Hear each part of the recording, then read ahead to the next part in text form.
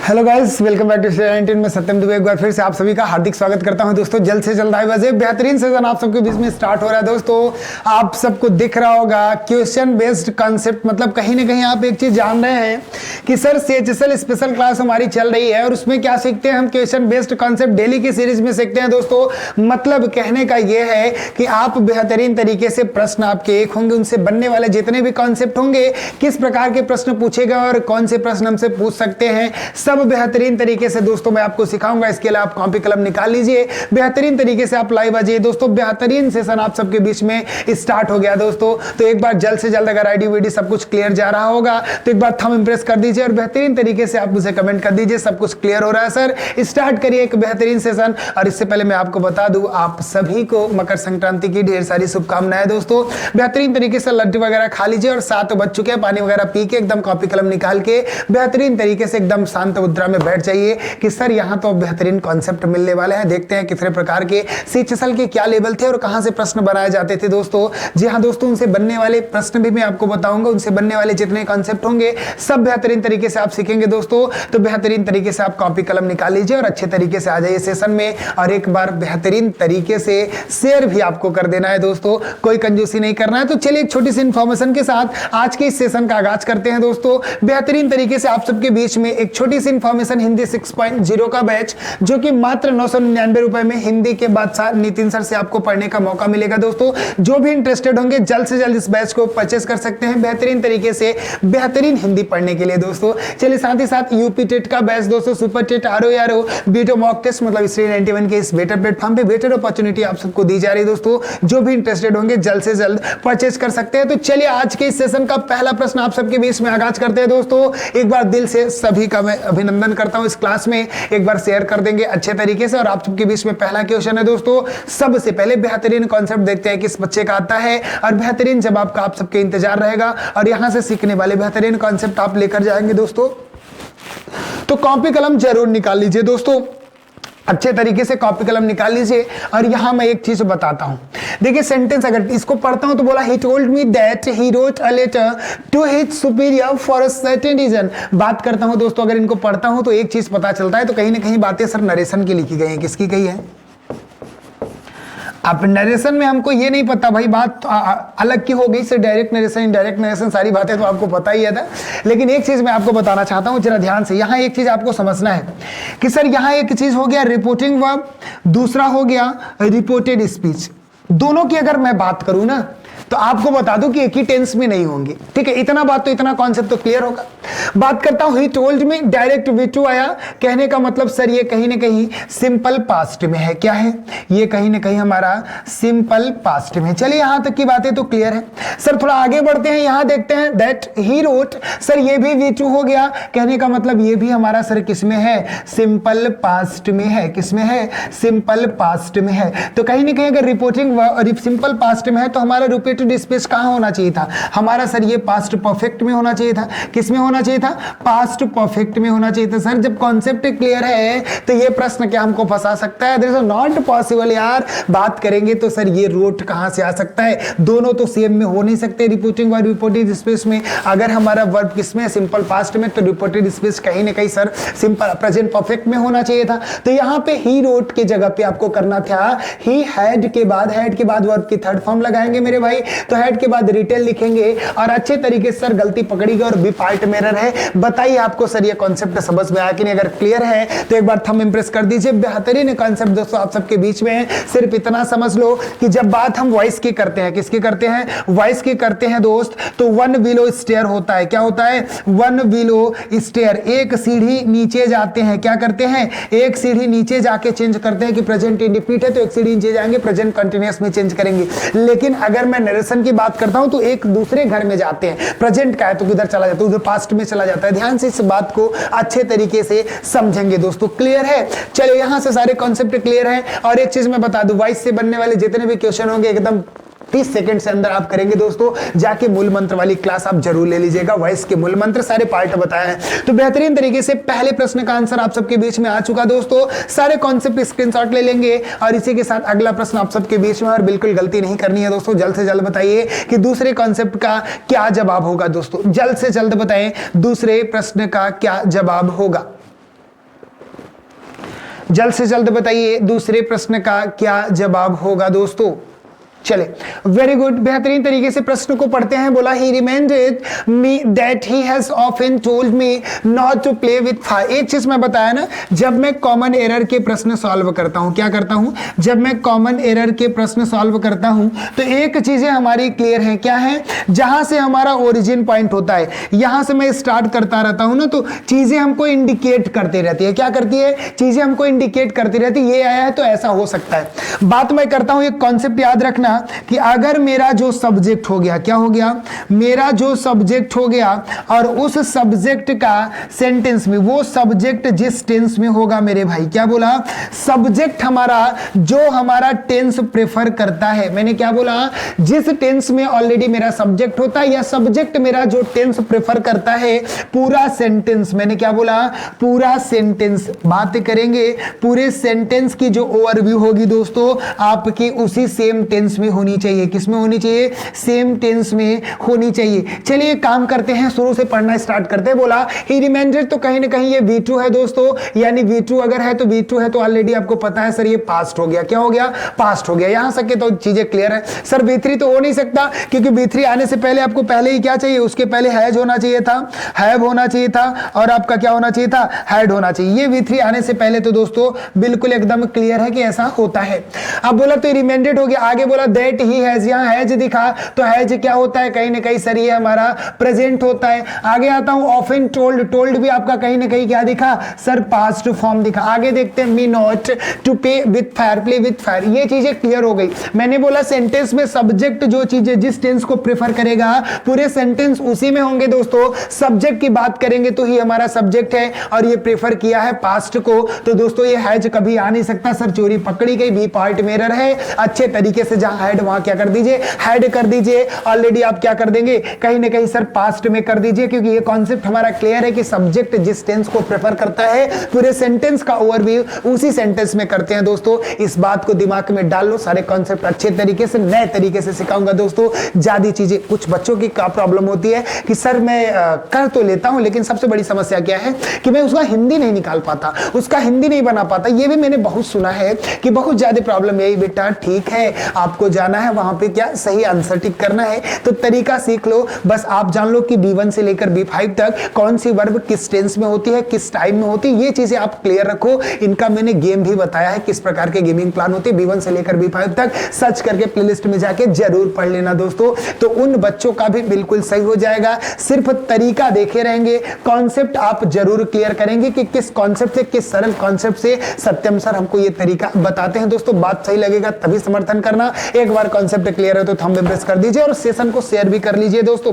चलिए अगले प्रश्न में चलते हैं और बेहतरीन तरीके से आप सबके बीच में अगला प्रश्न है। क्या बोला, he educated not only his nephew but also set his up his business. ये प्रश्न की अगर हम बात करें तो कॉन्सेप्ट लिखिए मेरे साथ, यहां पे पहले मेरे साथ आप कॉन्सेप्ट लिखेंगे। बात अगर हम करते हैं नॉट ओनली की और इसी के साथ बात करते हैं बट आल्सो की, ध्यान से रखेंगे दोस्तों। कुछ हमारे पेयर हैं उन सबको मैं आपको बता रहा हूं। बात हो गई एदर आर की, पेयर ध्यान से समझेंगे।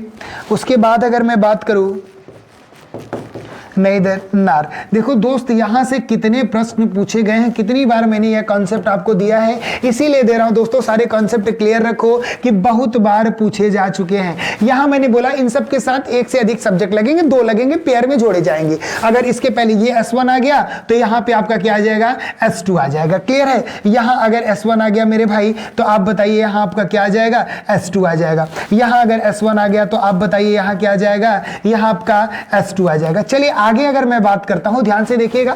इन सब के पेयर में आपका सब्जेक्ट जुड़ सकता है, आपका वर्ब जुड़ सकता है और आपका ऑब्जेक्ट भी जुड़ सकता है। बात ये कंडीशन होंगे कि ये दो होंगे, कितने होंगे, दो होंगे। तो मैं बात कर दिया सब्जेक्ट का तो क्लियर हो गया। अगर वर्ब जुड़ रहा है तो यहां B1 हो गया तो यहां क्या हो जाएगा मेरे भाई, B2 हो जाएगा। यहां अगर B1 हो गया तो यहां क्या हो जाएगा, B2। ये फॉर्म मत समझ लीजिएगा, मतलब पहला वर्ब ये तो दूसरा वर्ब ये, B2 वर्ब के फॉर्म ना समझिएगा। जैसे गो का वेंट हो गया, S1 S2 जैसे मैंने लिखा वैसे V1 V2 लिख रहा हूं। क्लियर है, ये चीजें समझिए। यहाँ पे आपका वर्ब फर्स्ट वाला लग गया तो यहाँ वर्ब आपका सेकंड वाला लग सकता है। बात कर दिया, अगर ऑब्जेक्ट नंबर फर्स्ट यहाँ लग गया तो ऑब्जेक्ट नंबर सेकंड कहाँ लगेगा, यहाँ लग जाएगा। ऑब्जेक्ट नंबर फर्स्ट यहाँ लग गया तो ऑब्जेक्ट नंबर सेकंड कहाँ लग जाएगा, यहाँ लग जाएगा। ऑब्जेक्ट नंबर फर्स्ट यहाँ लग गया तो ऑब्जेक्ट नंबर सेकंड यहाँ लग जाएगी। ये दो तरीका हो गया। तीसरा प्रश्न क्या पूछ सकते हैं, ये तो कहीं ना कहीं हमारे स्ट्रक्चर की बात हो गई, किस प्रकार से क्या होती है चीजें मैचअप होती हैं। बोला सर वर्ब किसके अकॉर्डिंग लगाएंगे, अगर सेंटेंस में हेल्पिंग वर्ब लगाना, सारी चीजें लगानी है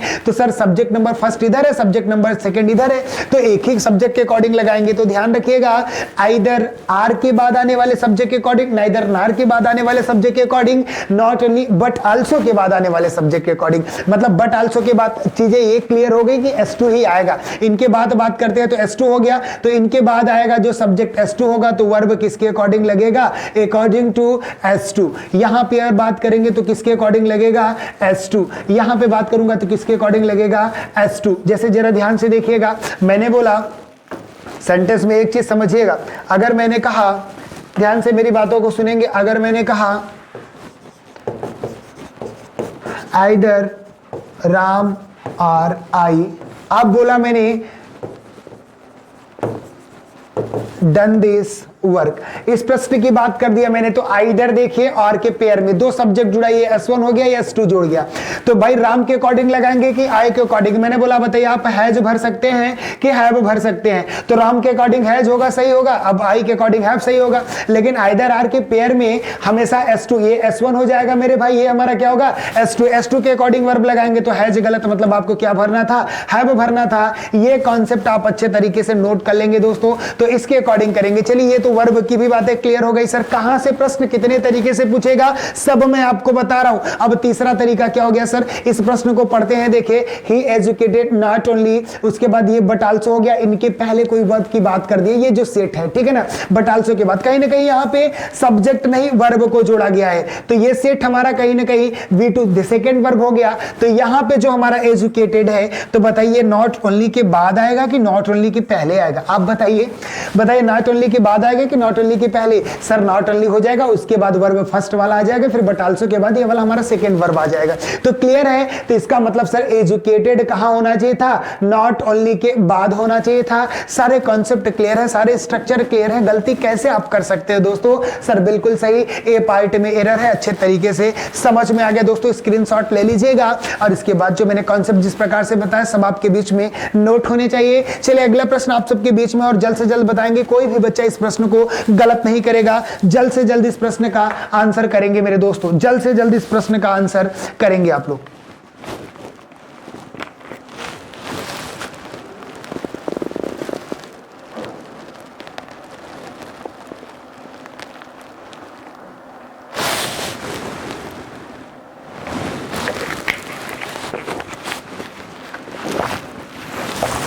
जल्द से जल्द बताइए दोस्तों, जल्द से जल्द बताएंगे आप लोग क्या करना है।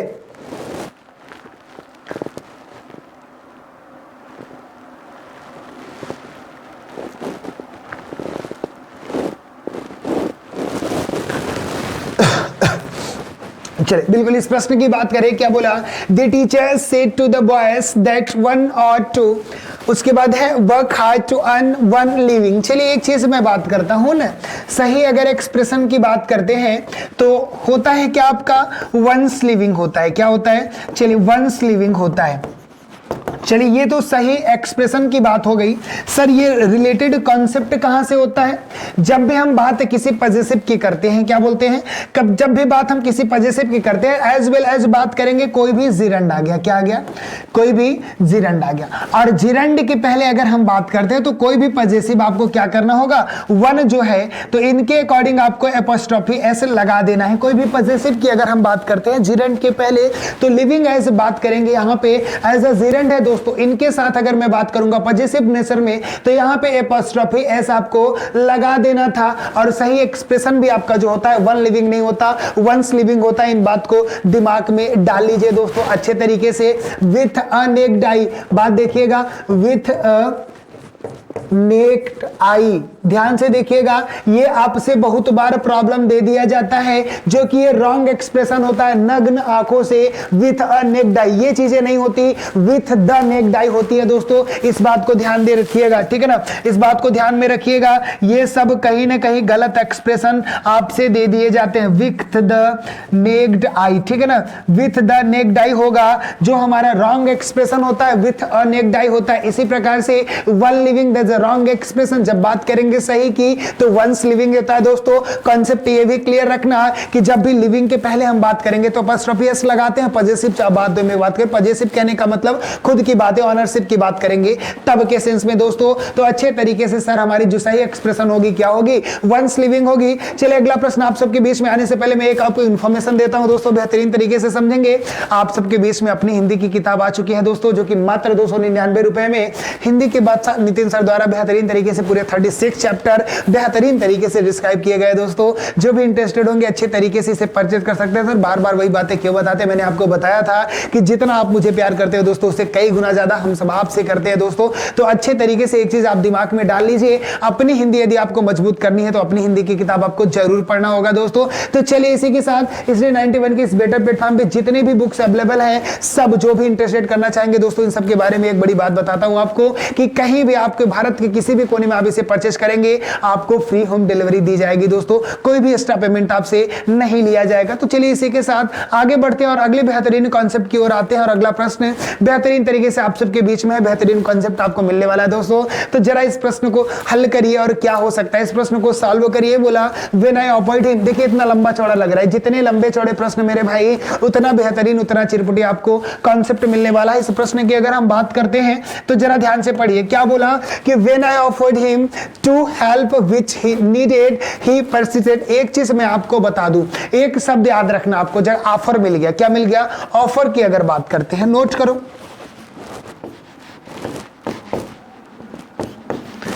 अगर मैं ऑफर की बात किया, किसकी बात किया, ऑफर की बात किया, तो इसी से आपको ऑफर्ड बना है, ठीक है ना भाई, उसी की पास्ट की बात कर दिया।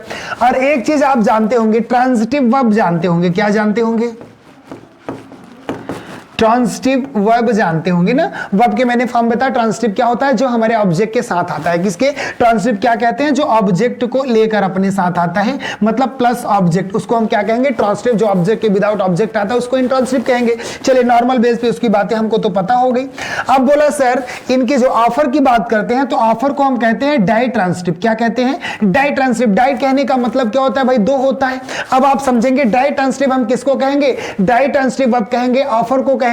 इनके कहने का मतलब ये ऑब्जेक्ट तो लेकर आता है भाई, वर्ब जो हमारा ट्रांजिटिव होता है ये ऑब्जेक्ट लेकर आता है, लेकिन डाई ट्रांजिटिव कहने का मतलब ऑफर अपने बाद दो ऑब्जेक्ट को लेकर आता है। क्या करता है, दो ऑब्जेक्ट को लेकर आता है। इस बात को दिमाग में अच्छे तरीके से डाल लीजिए, कोई इंफिनिटिव वगैरह का प्रयोग आपको नहीं करना है। जैसे मैंने बोला ही ऑफर्ड, ध्यान से देखिएगा इस प्रश्न को, he offered me to a job. तो इस प्रश्न पे अगर एनालिसिस करते हैं दोस्तों तो बिल्कुल बेहतरीन तरीके से गलत लिख दिया गया। कैसे सर, सब ऑफर की बात करेंगे तो इसको हम क्या कहते हैं, डाई ट्रांजिटिव वर्ब कहते हैं। और इनके बाद लगातार क्या आते हैं, दो ऑब्जेक्ट आते हैं। तो मी आपका ऑब्जेक्ट हो गया, जिसको हम क्या कहेंगे, इनडायरेक्ट ऑब्जेक्ट कहेंगे। और इसके बाद जो एनएलबी होता है, मैंने उसको बताया था, डायरेक्ट ऑब्जेक्ट होता है। विशेष चर्चाएं मैं इस पे करने वाला हूं, अच्छे तरीके से आप समझ जाएंगे। तो चलिए एक ऑब्जेक्ट ये हो गया और दूसरा ऑब्जेक्ट हमारा क्या हो गया, ऑब्जेक्ट नंबर 2 ये हो गया। बीच में आपको इन्फिनिटिव नहीं लगाना होगा दोस्तों, इस बात को दिमाग में डाल लो। अगर ऑफर दिखाई देता है तब इस प्रश्न को पढ़ते when I offered him, him के बाद एज ऑब्जेक्ट आपका ये हो गया। यहां हेल्प एज ऑब्जेक्ट है मेरे भाई, तो यहां पे टू का प्रयोग आपको करना नहीं था। पहला आपको यहां मिल गया और दूसरा मिल गया, दो ऑब्जेक्ट हमारे क्लियर हो गए। सर ऑफर्ड हमारा क्या होता है, डाई ट्रांजिटिव वर्ब होता है। डाई कहने का मतलब एक से अधिक, मतलब दो वर्ब आपके साथ में आने चाहिए। तो सर तो ए पार्ट में एरर है, किस पार्ट में, ए में, जो कि टू नहीं होना चाहिए था। अच्छे तरीके से इन बात को ध्यान रखिएगा, हिम के तुरंत बाद आपको हेल्प लगाना था, ये आप नोट कर लीजिए। फिर मैं कुछ वर्ब के बारे में, ट्रांजिटिव इंट्रांजिटिव की कुछ चर्चाएं मैं आप सबके बीच में करता हूं दोस्तों, जरा ध्यान से देखिएगा। अगर मैं बात करता हूं, देखिए ऑब्जेक्ट की ही बात कर देता हूं, तो ऑब्जेक्ट की अगर बात करूंगा तो ये दो हो जाएंगे, एक हो जाएगा हमारा डायरेक्ट ऑब्जेक्ट हो जाएगा और दूसरा हो जाएगा इनडायरेक्ट ऑब्जेक्ट। क्या हो जाएगा? दूसरा इनडायरेक्ट। अब डायरेक्ट की अगर हम बात करते हैं तो इनको समझना किस तरीके से ये मैं आपको बताता हूं। डायरेक्ट को आप समझेंगे एनएलबी से। किससे समझेंगे? एनएलबी से। इनडायरेक्ट को आप समझेंगे एलबी से। सर ये कहने का मतलब क्या होता है? एलबी मतलब जो लिविंग चीजें होंगी उनको हम कहेंगे इनडायरेक्ट, जो नॉन लिविंग होंगी इसको क्या कहेंगे? डायरेक्ट। सर स्ट्रक्चर क्या होता है कि पहले हमारा इनडायरेक्ट ऑब्जेक्ट आता है, उसके बाद हमारा क्या आता है? डायरेक्ट ऑब्जेक्ट आता है। ये कहीं ना कहीं सही स्ट्रक्चर होता है। और कभी भी अगर सेंटेंस में पहले डायरेक्ट ऑब्जेक्ट आ गया और बाद में क्या आ गया? इनडायरेक्ट ऑब्जेक्ट आ गया तो कहीं ना कहीं ये रॉन्ग होता है। और अगर इस कंडीशन में भी ध्यान से समझिएगा, बहुत बड़ी बात बता रहा हूं दोस्तों, ये पहला कॉन्सेप्ट है कि सबसे पहले इनडायरेक्ट ऑब्जेक्ट आ गया बाद में डायरेक्ट, ये तो सही होता है।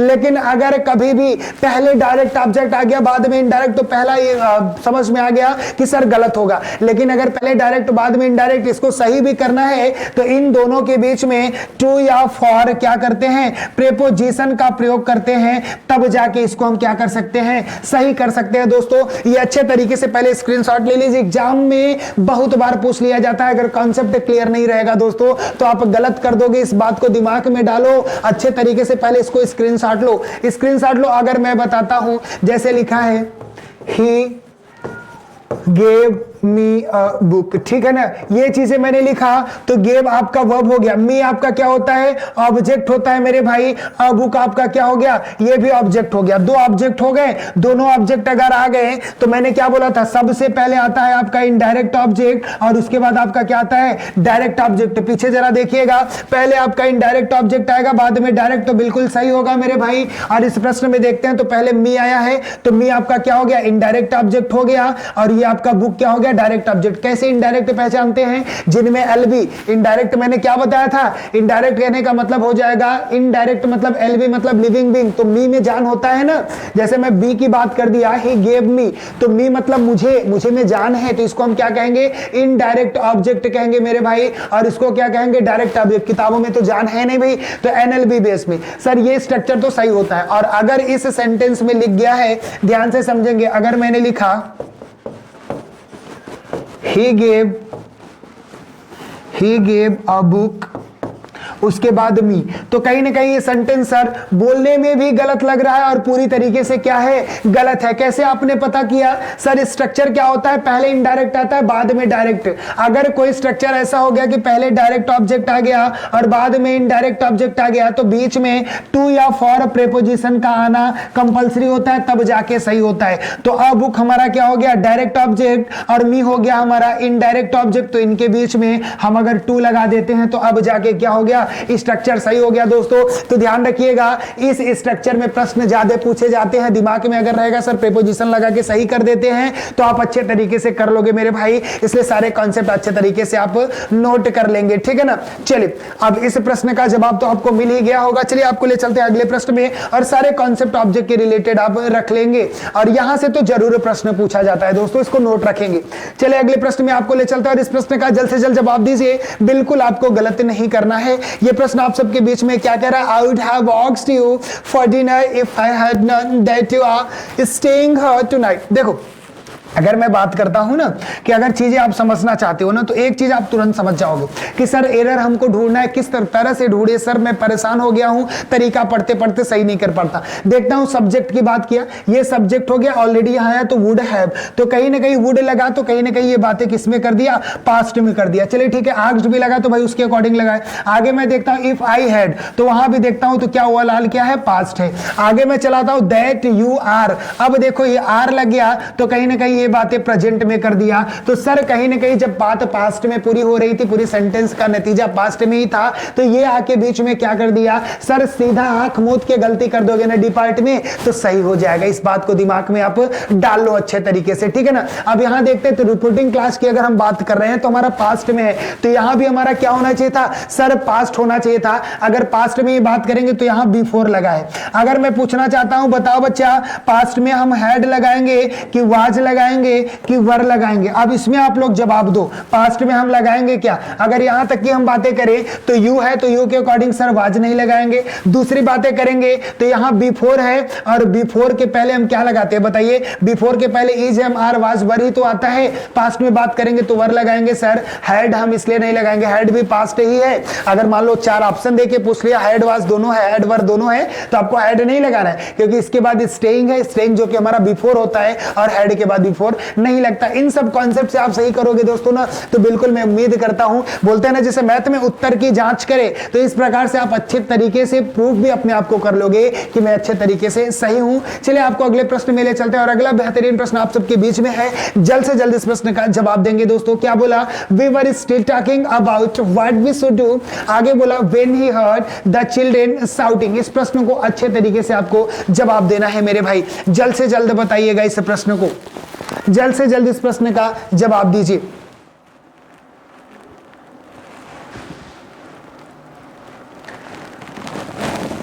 जल्द से जल्द इस प्रश्न का जवाब दीजिए दोस्तों। और एक चीज मैं कहता हूं, बहुत ही शानदार प्रश्न है, जरूर 99.99% बच्चे इसको गलत करेंगे।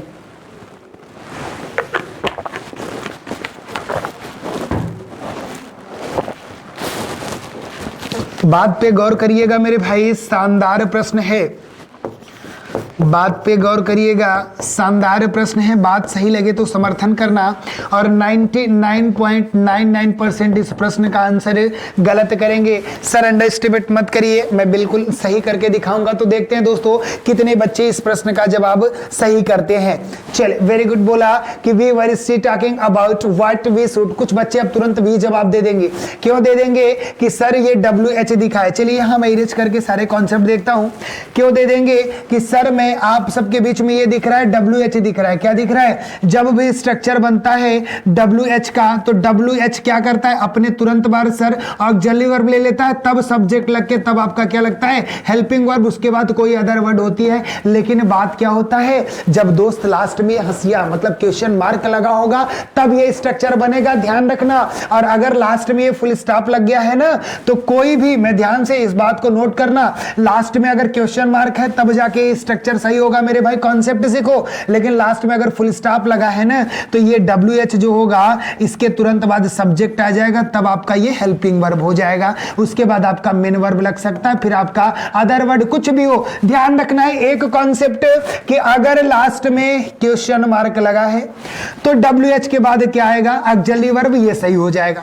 और अगर लास्ट में फुल स्टॉप लगा है तो WH के बाद क्या आना चाहिए? सब्जेक्ट आइए, तब जाकर आप क्या सही हो जाएगा। तो देखते हैं इस प्रश्न में कहीं आपको दिख रहा है, देखो ये फुल स्टॉप ही दिख रहा है, कहीं आपको लग रहा है क्या क्वेश्चन मार्क? तो WH के बाद आपका सब्जेक्ट है, जो कि बिल्कुल सही है। देखिए WH लास्ट में फुल स्टॉप है तो WH के बाद सब्जेक्ट। सर कॉन्सेप्ट क्लियर है? कॉन्सेप्ट पे बात रखो दोस्तों, तब क्लियर कर पाओगे। आगे मैं देखता हूं व्हेन वी हर्ड, यहां भी देखो WH दिखा, और इस WH के बाद आपका क्या दिखा? सब्जेक्ट दिखा, क्योंकि लास्ट में फुल स्टॉप है। चलिए बिल्कुल यहां भी सही हो गया। द चिल्ड्रन शाउटिंग, बिल्कुल आपका बिल्कुल एकदम 100% बिल्कुल क्या सब कुछ सही लग रहा है।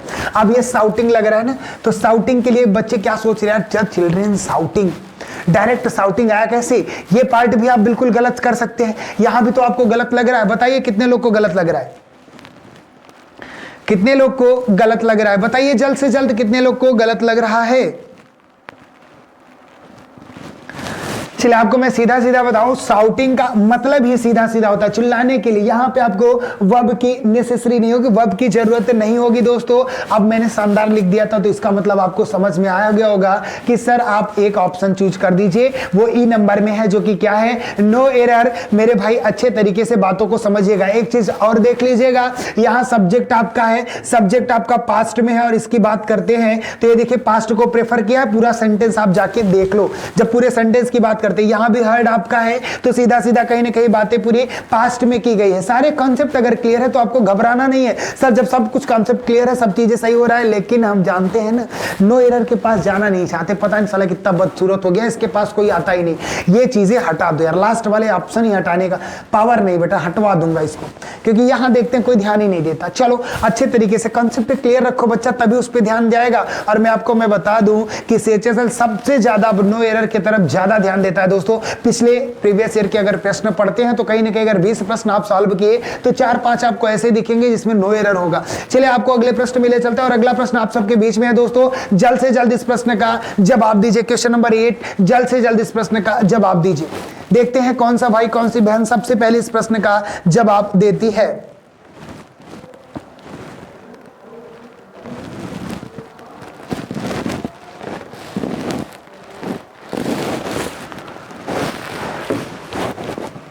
चलिए ध्यान दीजिए, बात मैं करता हूं अगर एज सून एज की,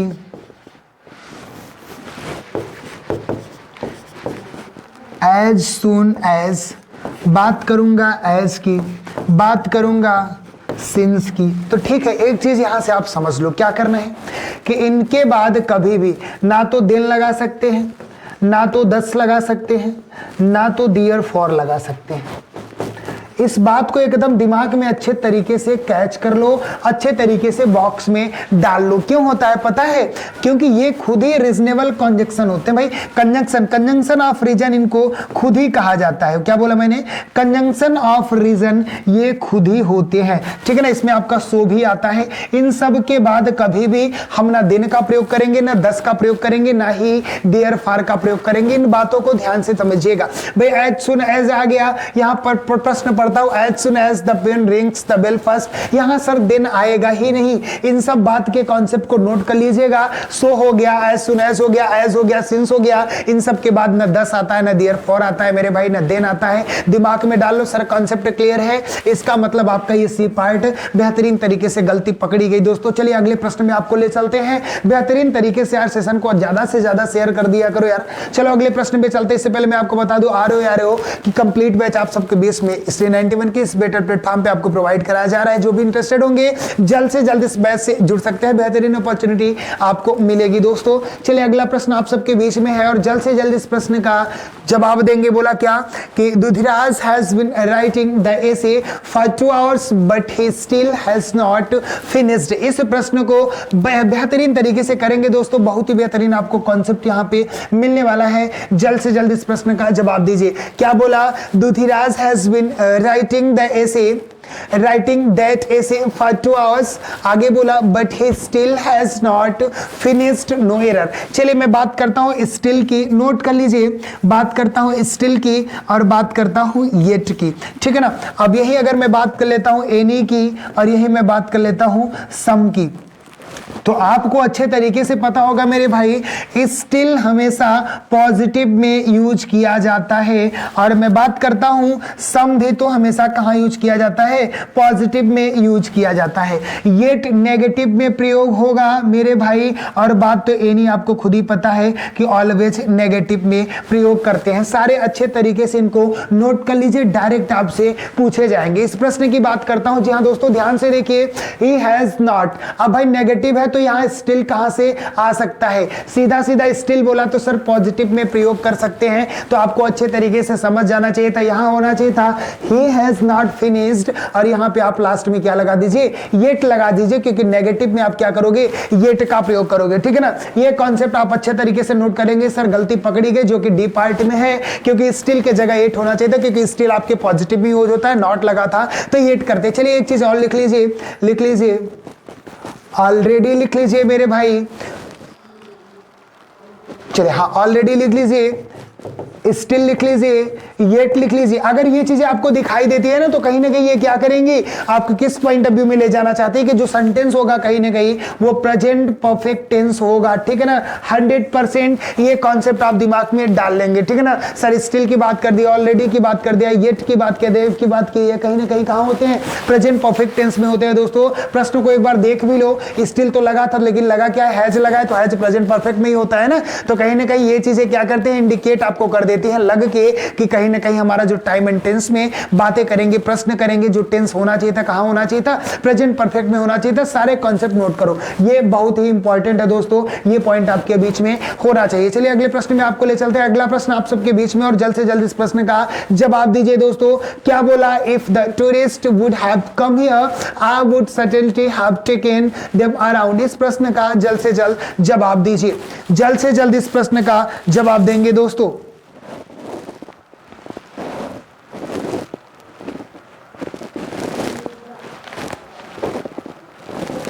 जल्द से जल्द इस प्रश्न का जवाब दीजिए मेरे भाई।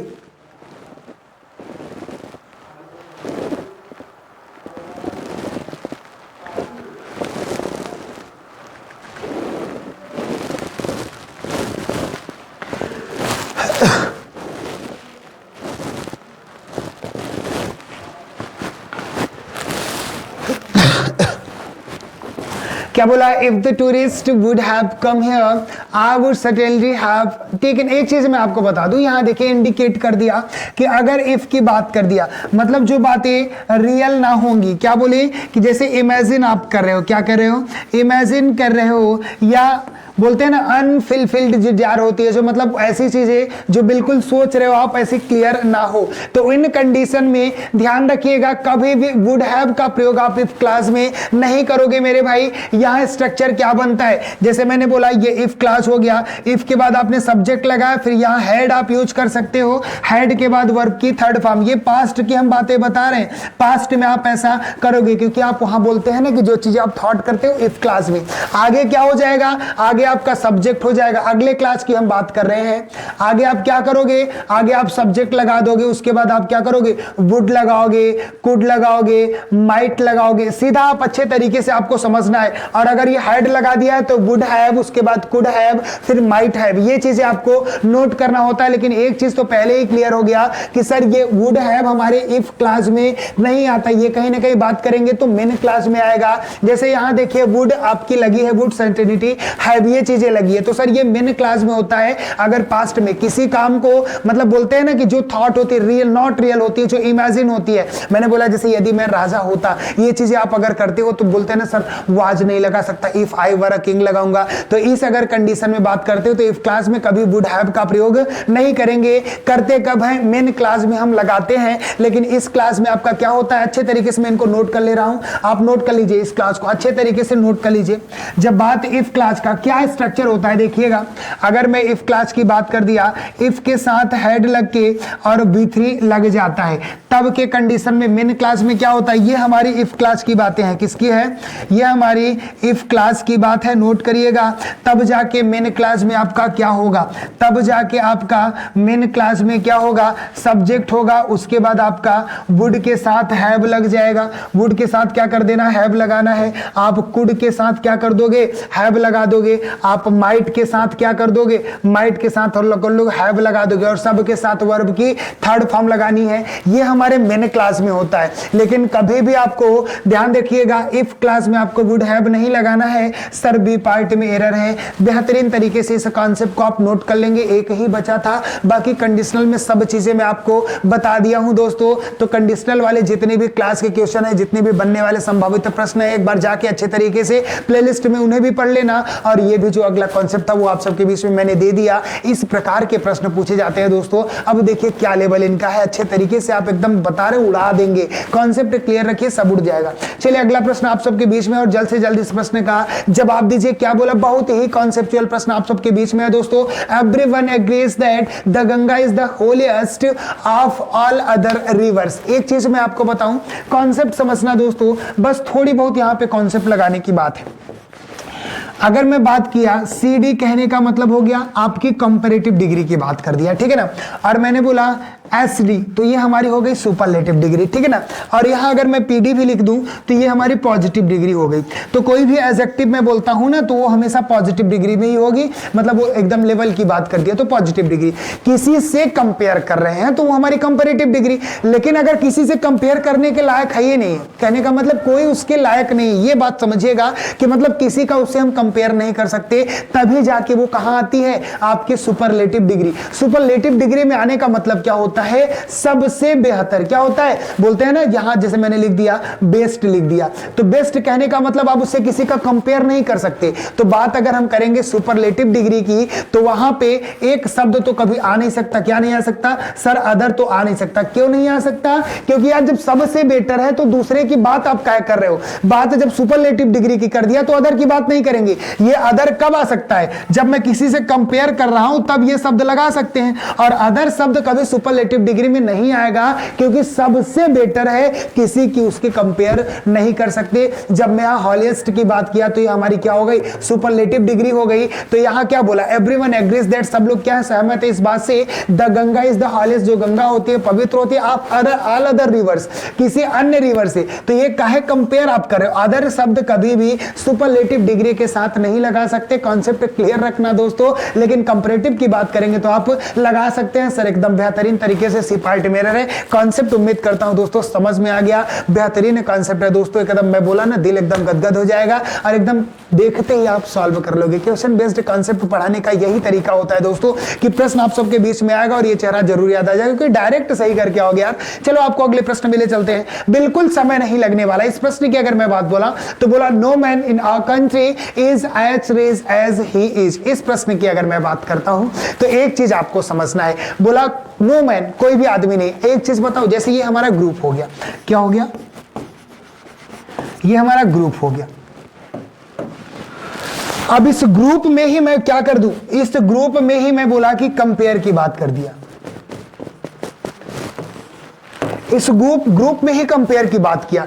इस ग्रुप के ही व्यक्तियों से किसी दूसरे व्यक्तियों से मैंने क्या किया, इस ग्रुप के एक ही ग्रुप के व्यक्ति और वस्तुओं की कल्पना उसी ग्रुप के व्यक्ति और वस्तुओं से अगर हम कर देते हैं दोस्तों, तो ध्यान दीजिएगा यहां मैं किस प्रकार करूंगा। जैसे इस क्लास में विद्यार्थी जो है बोला कि नो अदर, मैंने बोला नो अदर, मतलब इसी क्लास की अगर हम बात करते हैं, no other is as rich as in this class. इस क्लास में जो एज रिच एज किसके अकॉर्डिंग किया, पॉजिटिव डिग्री में अगर हम कंपेयर कर रहे हैं, इस क्लास में जितने भी बच्चे हैं ध्यान से समझिएगा, इन सब में, तो इस क्लास में मतलब उसी ग्रुप में हम बात कर रहे हैं और इसी ग्रुप में सबसे हम कंपेयर कर रहे हैं। क्या कर रहे हैं, कंपेयर कर रहे हैं। जब एक ही ग्रुप की अगर हम बात कर लेते हैं दोस्तों, व्यक्ति और वस्तुओं की, और वही कंपेयर करते हैं, तो यहां पे आपको क्या करना था, नो अदर मैन करना था। क्या करना था, नो अदर मैन करना था। नो के साथ आप अदर का प्रयोग करेंगे, मतलब एक ही कंट्री की बात किया। देखिए यहां पे कहीं ना कहीं एज रिच एज, तो पॉजिटिव डिग्री लगा के आपका किया है। आगे बोला कि नो अदर मैन, ध्यान से समझिएगा, कोई भी अन्य आदमी नहीं, इन आवर कंट्री, अपने ही कंट्री, मतलब उसी देश की, is as rich he as, जितना वह अमीर है उतना कोई नहीं है। तो कहीं ना कहीं एक कंट्री, एक ही ग्रुप की बात किया और उसी में क्या कर रहा है, कंपेयर कर रहा है। तो आप समझिएगा यहां अदर का प्रयोग तो करना है, लाजमी बनता है सर। तो सर ए पार्ट में क्या था, अदर नहीं था। बिल्कुल अच्छे तरीके से आप सबके बीच में क्लियर है सर। 12 नंबर बेहतरीन तरीके से इनको नोट कर लीजिए दोस्तों, अच्छे तरीके से इनको नोट कर लीजिए।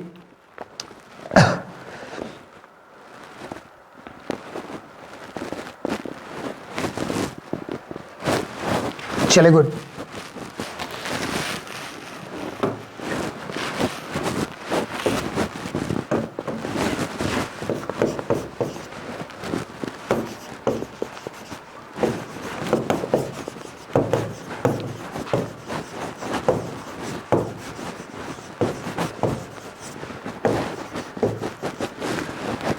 मैंने बोला क्या कि नो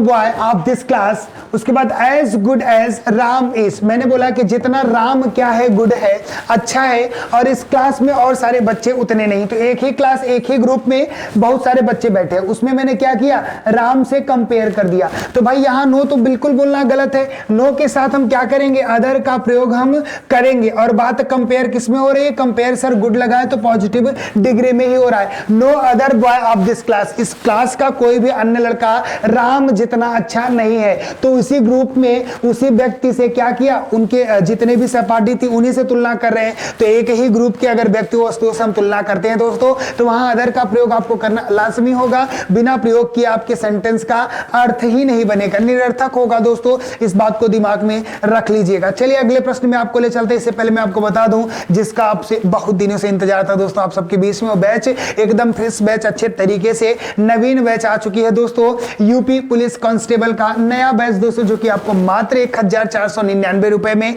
अवेलेबल है दोस्तों। इसलिए 91 की इस बेटल प्लेटफॉर्म पे बेहतरीन अपॉर्चुनिटी है, जल्द से जल्द इसे आप क्या करेंगे, परचेस कर सकते हैं दोस्तों। बहुत ही बेहतरीन अपॉर्चुनिटी है, अच्छा मौका है दोस्तों। बेहतरीन तैयारी करिए और बेहतरीन तरीके से सिलेक्शन पाइए दोस्तों। चलिए अगला प्रश्न आप सबके बीच में, और जल्द से जल्द इस प्रश्न का जवाब दीजिए। The teacher remarked very angrily yesterday that the boy have old it very badly. जल्द से जल्द इस प्रश्न प्रश्न का जवाब दीजिए। क्वेश्चन नंबर 13 मेरे भाई, बिल्कुल गलती नहीं करने हैं इस प्रश्न में। जल्द से जल्द इस प्रश्न का आपको जवाब देना है मेरे भाई, जल्द से जल्द इस प्रश्न का जवाब दीजिए।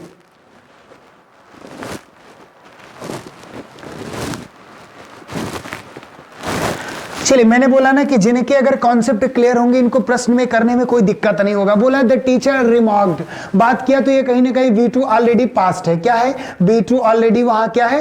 पास्ट है। आगे देखता हूं, very angry study, study time भी लग रहा है तो टाइम से भी कहीं ना कहीं पता चल रहा है पास्ट। आगे बोला दैट द बॉयज हैव, ये हैव क्या करने आया? ये प्रेजेंट क्या कर दिया यार? ये प्रेजेंट आके क्या कर दिया? ये प्रेजेंट आके रिएक्शन कर दिया। क्या कर दिया? रिएक्शन कर दिया। तो सर सीधी सीधी गलती किस पार्टी में है? सी पार्ट में। अगर रिपोर्टिव वर्ब आपका किसमें है? पास्ट में है, तो ये प्रेजेंट में जाएगा। कभी हो ही नहीं सकता यार ऐसा।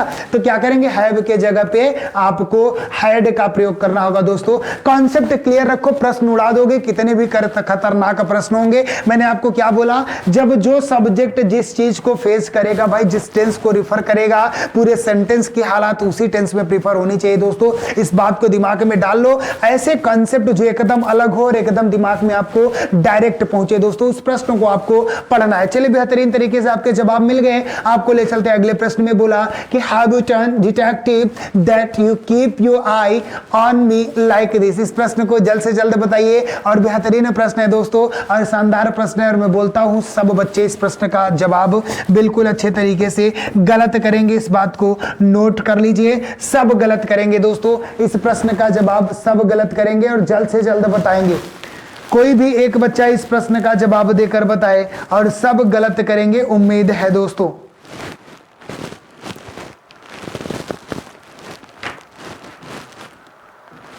चलिए जल्द से जल्द इस प्रश्न का जवाब दीजिए दोस्तों।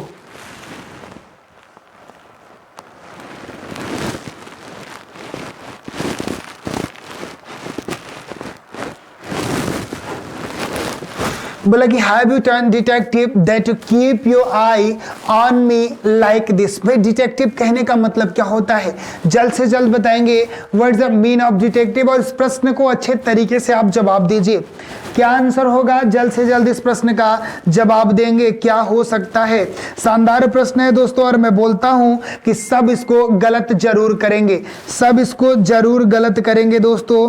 और कोई एक बच्चा इस प्रश्न का सही जवाब देकर दिखाए, कोई एक बच्चा इस प्रश्न का सही जवाब देकर दिखाए।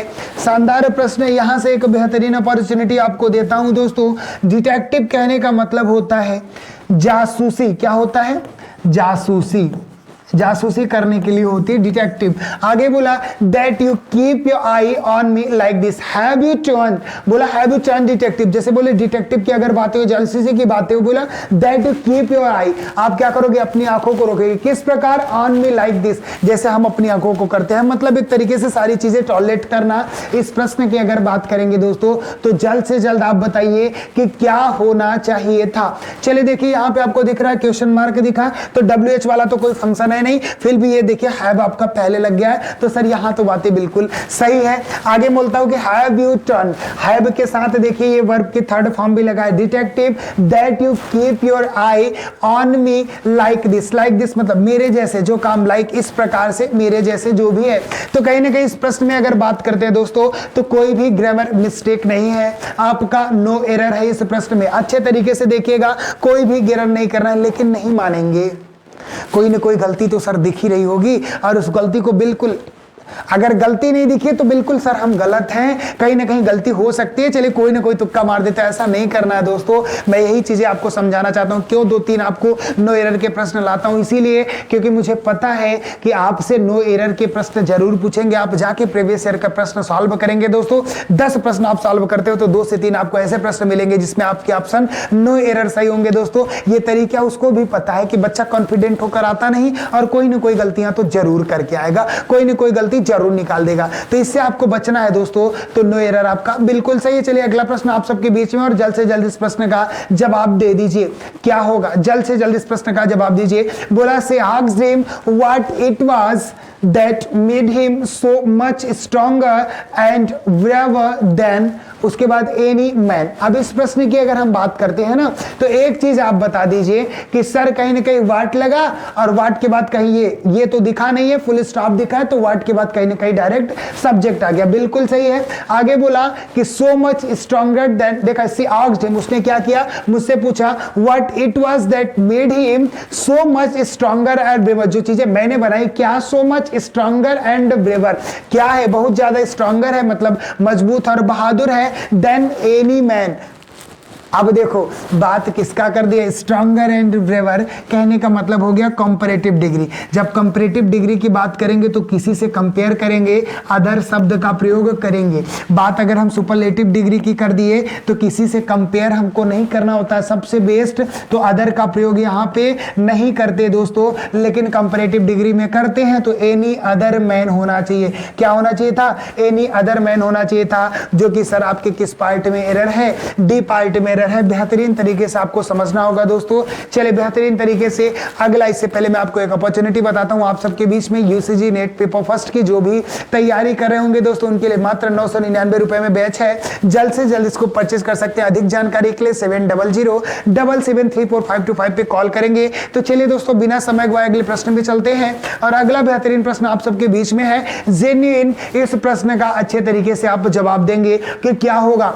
देखिए जेन्युइन आप सबके बीच में है दोस्तों, सिनोनिम्स पूछा है, ठीक है ना, सिनोनिम्स पूछा है। भाई जेन्युइन कहने का मतलब क्या होता है, एक तरीके से बोलते हैं ना जेन्युइन रिपोर्ट दो कि क्या हुआ है, वहां क्या मैटर चल रहा है। जेन्युइन मतलब रियल, एकदम सचमुच आप कह सकते हो, क्या कह सकते हो, सचमुच या वास्तविक। चले गुड, बात गुड की है तो गुड मतलब तो सर अच्छे तरीके से पता है कि अच्छा होता है। बात रियल की है तो रियल मतलब तो आपको पता है क्या होगा, वास्तविक होगा। बात अट्रैक्टिव की है तो अट्रैक्टिव आपको पता है, अट्रैक्टिव कहने का मतलब आकर्षक होगा मेरे भाई। लवेबल की तो लव के सेवेबल होगा, मैंने रूट में भी बताया था। लवेबल कहने का मतलब क्या होगा, आप एक तरीके से बोल सकते हैं मित्रता, आप कह सकते हो, क्या कह सकते हो, मित्रता यूज कर सकते हैं, या जो प्यार के योग्य होता है। बात सा सिनोनिम्स की बोल देते, जेन्युइन के जो सिनोनिम्स होंगे वो कहीं ना कहीं वास्तविक, आपका रियल, जो कि बी पार्ट सही होगा दोस्तों। अच्छे तरीके से इसको स्क्रीनशॉट ले लीजिए और क्लिक कर लीजिएगा, बहुत ही बेहतरीन तरीका है दोस्तों, और ये शब्द बिल्कुल आप स्क्रीनशॉट करेंगे। पूछे गए प्रश्नों में से एक है दोस्तों। चलिए अगला प्रश्न आप सबके बीच में है, एडवांस के आप सिनोनिम बताइए जल्द से जल्द, एडवांस के सिनोनिम बताइएगा, जल्द से जल्द बताइएगा दोस्तों।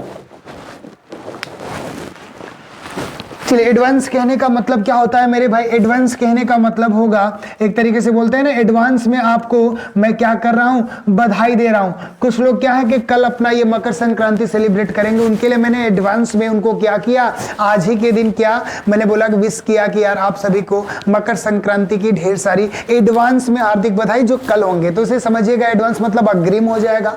आगे बोला रिड्यूस कहने का मतलब, उसका जो मार्क्स है वो रिड्यूस हो गया, मतलब कम करना, एक तरीके से रिड्यूस करने का मतलब होगा कम करना। और बात में हॉल्ट कर देता हूं ना यार, उस हॉल्ट पे गाड़ी रुक गई, हॉल्ट मतलब एक पड़ाव होता है, क्या होता है, पड़ाव, ठीक है ना। बात प्रोग्रेस की कर दे तो प्रोग्रेस मतलब होगा उन्नति होगा मेरे भाई। और बात एक्सटेंड की कर दिए तो बोलते हैं यार डेट एक्सटेंड होगा कि नहीं, इसका एक्सटेंड मतलब बढ़ाना, डेट एक्सटेंड करोगे या डेट बढ़ाओगे। अब इसमें सिनोनिम की बात करेंगे दोस्तों, तो अग्रिम कहीं ना कहीं यहाँ पे अगर सिनोनिम की बात करेंगे तो रिड्यूस कम करना तो होगा नहीं, हाल्ट तो होगा नहीं, बढ़ाना तो होगा नहीं सर, एक ही उसके कुछ नजदीकी वाला शब्द लग रहा है जो आपके प्रोग्रेस है, तो ये ऑप्शन आपका बिल्कुल सही हो जाएगा मेरे दोस्त। अगला प्रश्न आप सबके बीच में, और जल्द से जल्द इस प्रश्न का जवाब देंगे मेरे भाई। क्या पूछा, कॉर्ड्स कहने का मतलब सिनोनिम पूछा है, तो जल्द से जल्द आप बताएंगे दोस्तों, जल्द से जल्द इस प्रश्न का आंसर आप देंगे।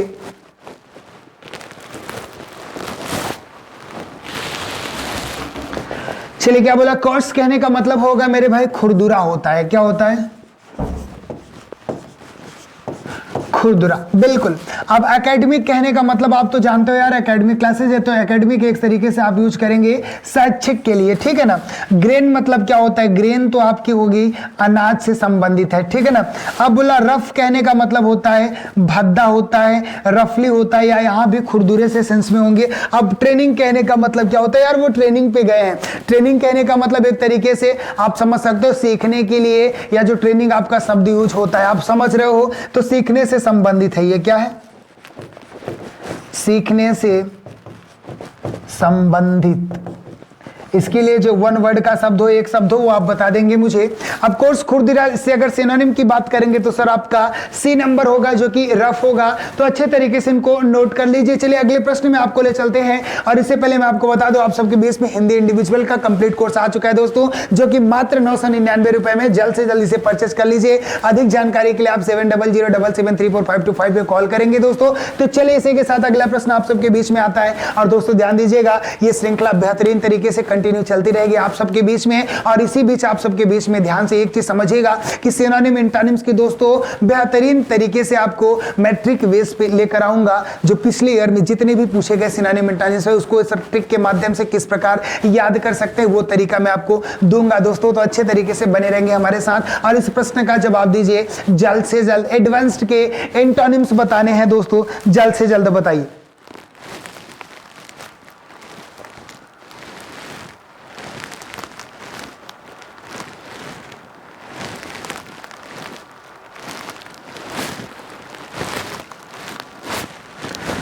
बताइए जल्द से जल्द बताइए मेरे भाई। यहां तो बातें एडवांस बोला, तो एडवांस शब्द होता है सर अग्रिम के लिए ही यूज हुआ है, तो एडवांस इसको कर दिया गया है। जब आप प्रोग्रेस्ड की बात करेंगे तो प्रोग्रेस मतलब तो आपका उन्नति ही होता है। अब एंटोनिम्स पूछा, देखो कितना घुमा देता है भाई। आउटपेस्ट की अगर बात करते हैं तो आउटपेस्ट हो गया, यहां से मतलब बोलते हैं ना, यहां से आउटपेस्ट हो गया मतलब आगे निकल जाना। क्या हो जाना? आगे निकल जाना। सर ये हमारे पोस्ट से क्या हो गई? आउटपेस्ट हो गई, मतलब इस पोस्ट से हट चुकी है चीजें। अब रिसीडेट कहने का मतलब एक तरीके से कम करने के सेंस में होता है, मतलब कम करना, या आप समझ लीजिए न्यून, ठीक है ना। अब बोला रन बैक मतलब भाई वापस आना, क्या करना? वापस आना या वापस जाना। अब अग्रिम और इसके अगर एंटोनिम्स की बात करेंगे दोस्तों, तो आप बताइए क्या सही कर सकते हैं। अग्रिम की अगर हम बात करेंगे दोस्तों, तो आपके जो एंटोनिम्स होंगे मेरे भाई वो क्या होंगे? जल्द से जल्द ट्रिक करिए। अग्रिम का जो एंटोनिम्स होगा वो प्रोग्रेस, उत्तम, उन्नति तो होगा नहीं, आगे निकलना तो हो नहीं, कम नहीं होगा, वापस आ जाना। अग्रिम मतलब एक तरीके से आगे के सेंस में आप यूज कर दोगे मेरे भाई। और इसके अपोजिट की बात करेंगे तो रन बैक होगा मेरे भाई, नोट कर लीजिएगा। और आपके इस सेशन का अगला प्रश्न, जल्द से जल्द इसका सब जवाब देंगे। लास्ट प्रश्न है दोस्तों, सबको इस प्रश्न का जवाब देना है, जल्द से जल्द बताएंगे, जल्द से जल्द इस प्रश्न का जवाब देंगे दोस्तों।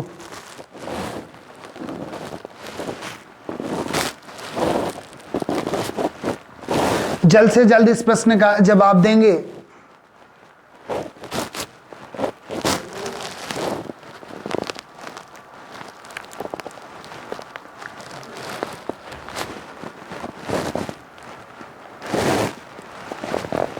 देखिए प्रोग्रेसिव की बात करते हैं ना, तो बोला यार बहुत प्रोग्रेसिव है, मतलब एक तरीके से आपको पता होगा मेरे भाई प्रतिभाशाली। क्या होता है? प्रतिभाशाली। अब बात देखिए रिप्रेसिव की करेंगे ना, ये रिप्रेस करता रहता है। रिप्रेसिव मतलब एक तरीके से दबाने वाला। क्या होता है? दबाने वाला, ठीक है ना। अब बात में कह दिया कि रेट्रोग्रेसिव कहने का मतलब, रेट्रोग्रेसिव कहने का मतलब होता है भाई प्रतिगामी। क्या होता है? प्रतिगामी, ठीक है ना। चलिए आगे अगर मैं बात करता हूं, बोला रिपल्सिव, रिपल्सिव कहने का मतलब घृणास्पद होता है। क्या होता है? घृणास्पद होता है।